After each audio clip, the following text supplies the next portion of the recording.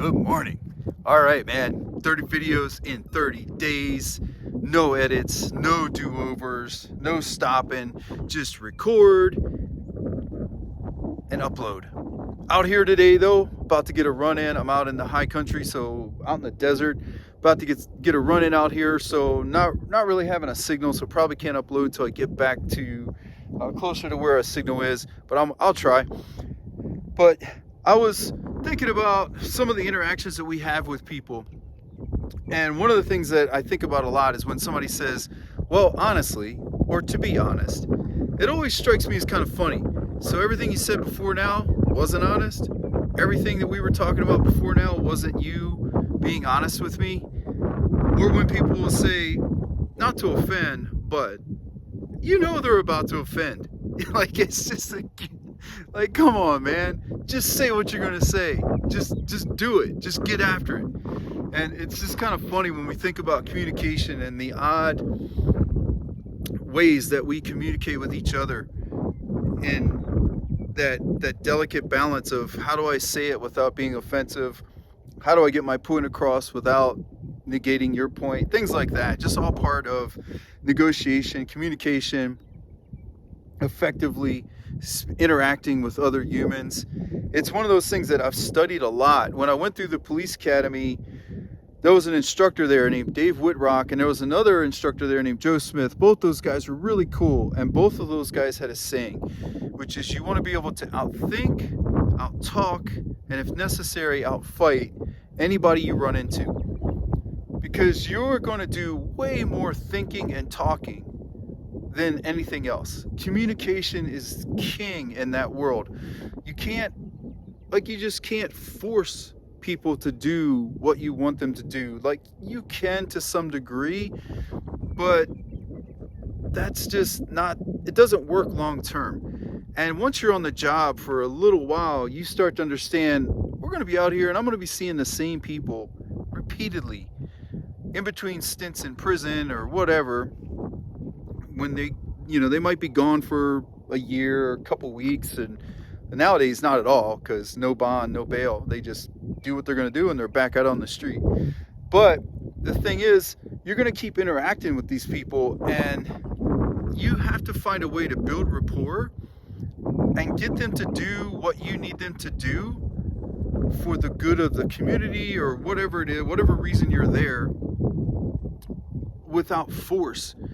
Because you can only fight somebody so many times. You can only, that's only going to get you so far. Learning how to think ahead of them, even better way of putting it would be learning how to understand their thought process and what they're thinking and how they're thinking, and then be ahead of them on that.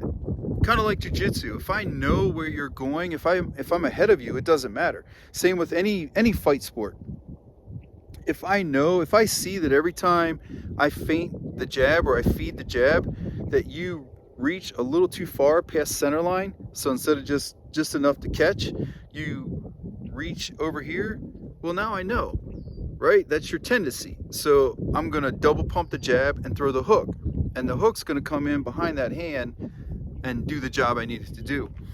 So it's the same in all interactions, whether we're talking about communication or whatever the case may be, all the way up to a lethal force encounter.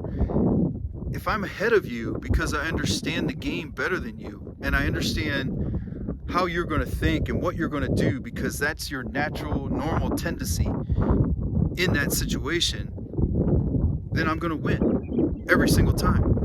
And so when it came to communication and how to outthink people and then outtalk them,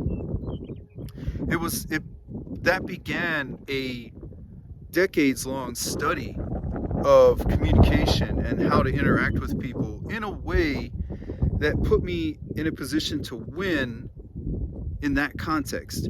Meaning, I'm dealing with somebody on a domestic, I'm dealing with somebody on a property dispute, those things. Situations where an arrest isn't going to resolve this. Use of force, which typically would end in an arrest, right, also isn't the way to go, because I'm going to be dealing with these people for as long as I'm assigned to this beat. And so I don't want to be here every day dragging people off in handcuffs. That's also not a long-term solution. So had to learn how to outthink them. Like, what do they want from this? If I were in their situation, listening to the message between the lines, listening to what they're saying as well as what they're not saying, and then determining from there, this is what they really want. This is what they're really trying to achieve here. And how do I either make that happen, or how do I point them in a different direction where they feel like they win, where they feel like they come out of this where they win, they won, even if they feel like they got over on me. I don't care, because the win is that they feel like they got something that I gave them, right? So, and resolve the situation peacefully, and just studying that stuff and figuring out how to do that for 20 plus years has been such a huge advantage in coaching, in conflict resolution, in understanding patterns, because as much as we're different, we're not. And understanding what people fundamentally want and desire at a certain level and what they're trying to achieve. And it's interesting too that people will say very similar things in very different circumstances because they're trying to achieve the same goal.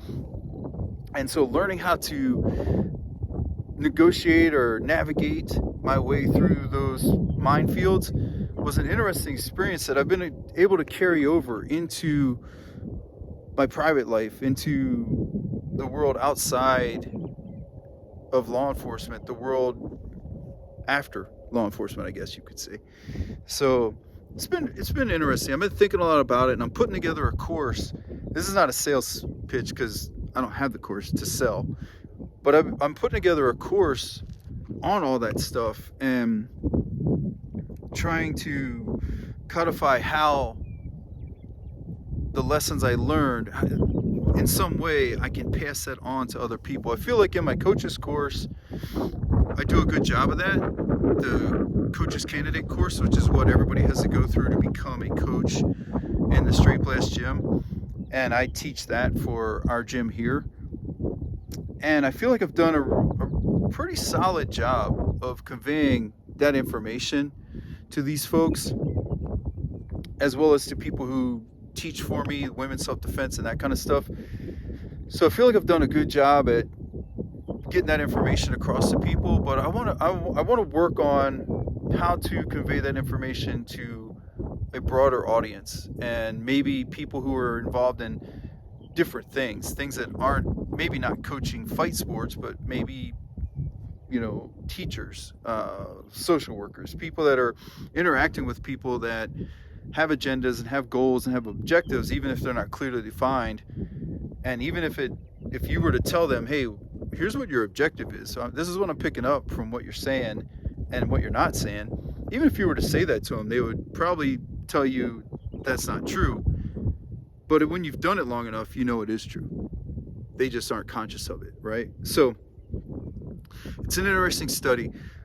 I would encourage you guys to read The Gift of Fear. That's a classic at this point, written in the early 90s. I got a copy of it.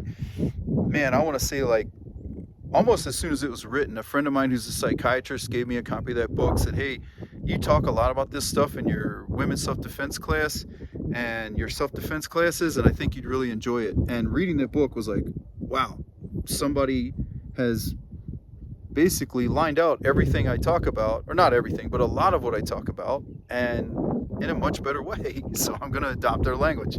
And that one's a good one. Matt Thornton's book, The Gift of Violence, I would highly recommend that book as well. Not just because I'm mentioned in that book, but because it's a great book. It's solid. The information is great. Any of the lectures you can find by William April on YouTube, the Personal Defense Network, PDN, has uploaded a lot of his lectures, so you can find those there. You can also purchase the DVDs, I believe, from Personal Defense Network. I'm not sure about that, so don't hold me to that. And again, I don't get anything from the purchase of those. I'm not in any way associated with PDN. So, but the information's out there, and I think you would benefit from having it. All of that information, the book Verbal Judo, good book, good information. One of the big things I got from Verbal Judo, our instructor, in the second or third time I went through the Verbal Judo program, the instructor talked about how as soon as we are engaged, we are engaged. You have to understand, we are at war, in a broad use of the term, of the word, because I'm trying to achieve a strategic objective, and so are you. And who wins, right? So, as a police officer, I was going to win because I had to. It was the job. You know, I don't have a choice. You have to. Like, we're here for a reason, you know, and if you're the cause of that reason, if you are that reason, then yeah, we have to achieve our goals.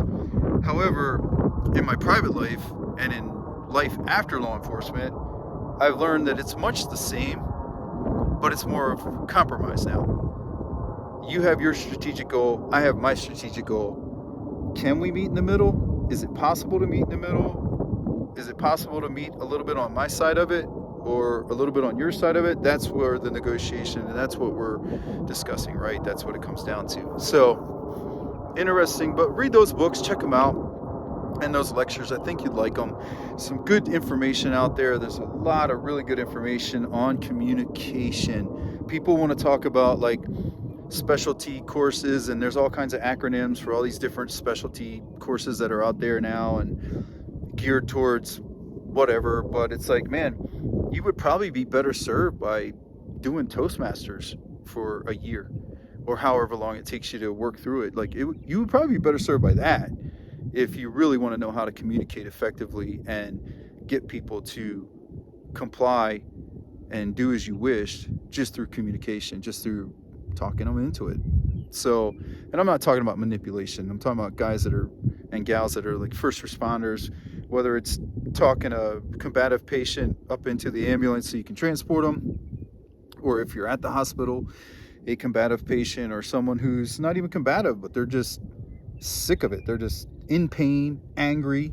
How do you communicate in a way that gets that person to do what you need them to do without having to force them into it? So anyway, that's what I'm thinking about today. That's what this is about today. And I'm also going to start posting more, not on the 30-30 format, but more of like polished, edited type stuff, informational, educational stuff. So I'm going to start getting that going too, guys. So see you on the next one.